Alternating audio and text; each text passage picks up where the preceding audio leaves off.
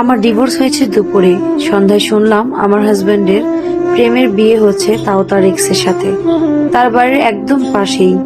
কিছুদিন পর জানতে পারলাম আমাকে ডিভোর্স দেওয়ার ঠিক 2 দিন আগে ওদের বিয়ে দিছে ওর বোন। এটা শুনে আমি স্তব্ধ হয়ে রইলাম। উপায় না পেয়ে আমার ফ্যামিলি ডাক্তার আনলো, স্যালাইন দিল। রাত 11টার দিকে হাতে স্যালাইন নিয়ে ফেসবুকে ঢুকলাম, দেখলাম আমার ব্লাউজ আমার বেনারসি পরে বউ সেজেছে। তার পরদিন থেকে দেশে অরাজকতার জন্য নির্বন্ধ ছিল, না হলে আরো কত কি দেখতে হতো ঠিক নেই।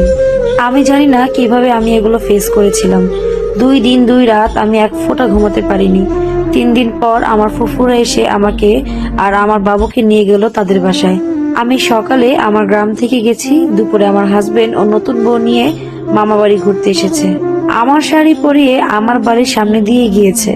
ওর মামার বাড়ি আমার বাড়ির পাশেই। ওর মামা থেকেই জোর করে বিয়ে দিয়েছিল।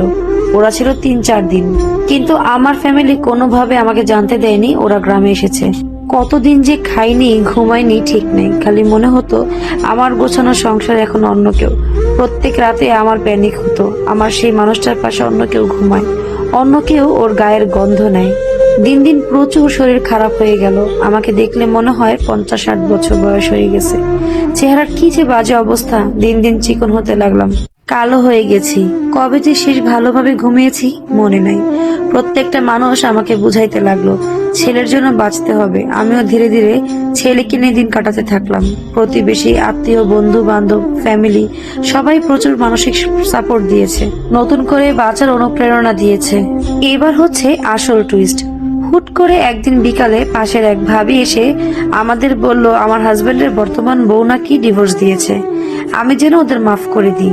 ছেলের মুখের দিকে তাকিয়ে আমি যেন আবার ফেরত যাই। এখন মামার বাড়ি এসে ঘুরঘুর করতেছে, আমার জন্য কষ্ট পাচ্ছে নাকি খুব। আমি ছোট থেকে এত আদুরে মানুষ হয়েছি বলার মতো না।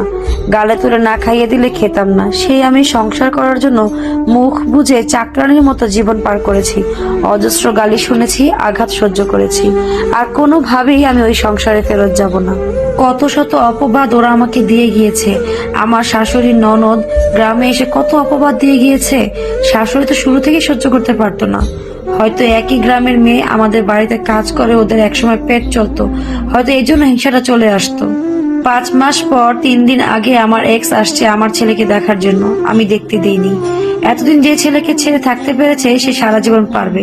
আমি আলহামদুলিল্লাহ আগের থেকে বেশ ভালো আছি আমার সোনাটাকে নিয়ে। ওর মামা মামি নানির চোখের মনি। এখন একটাই স্বপ্ন আমার, সোনাটাকে মানুষের মতো মানুষ করা। ওর জন্য সবাই দোয়া করো আপুরা।